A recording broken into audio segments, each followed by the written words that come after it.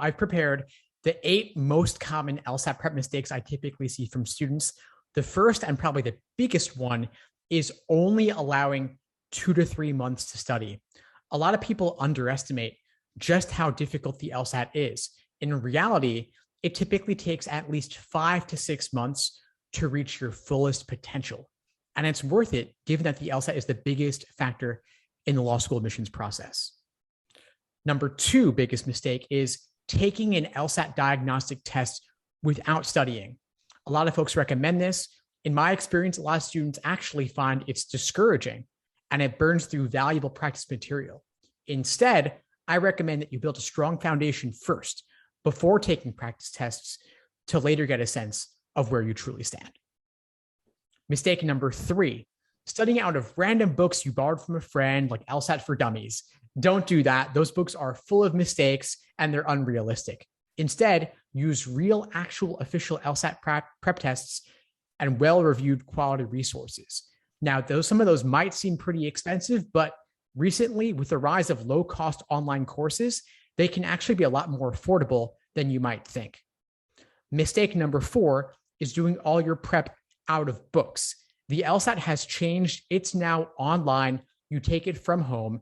And the best place to do actual LSAT practice tests is through LSAC's LawHub. This gets you used to the exact look and feel you'll experience on test day. Mistake number 5.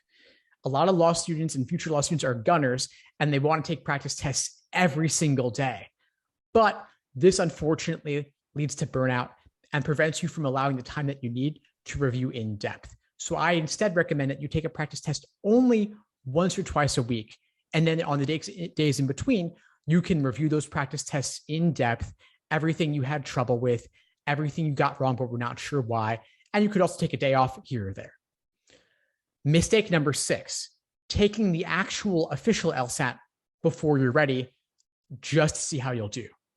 Instead, I recommend you only take it when you're feeling fully ready and likely to achieve your fullest potential.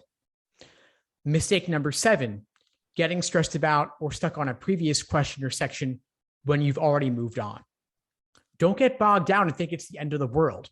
Every question is worth the same, and no one particular question will make or break you. Instead, practice mindfulness, learn to let go and move on. All questions are worth the same amount. Finally, mistake number 8, thinking that on test day, it's all about this one test.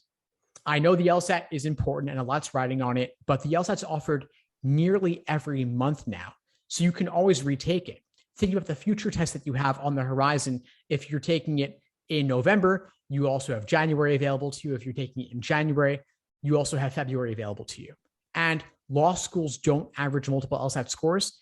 They only take the highest. So there's really no downside to retaking. And so those are my 8.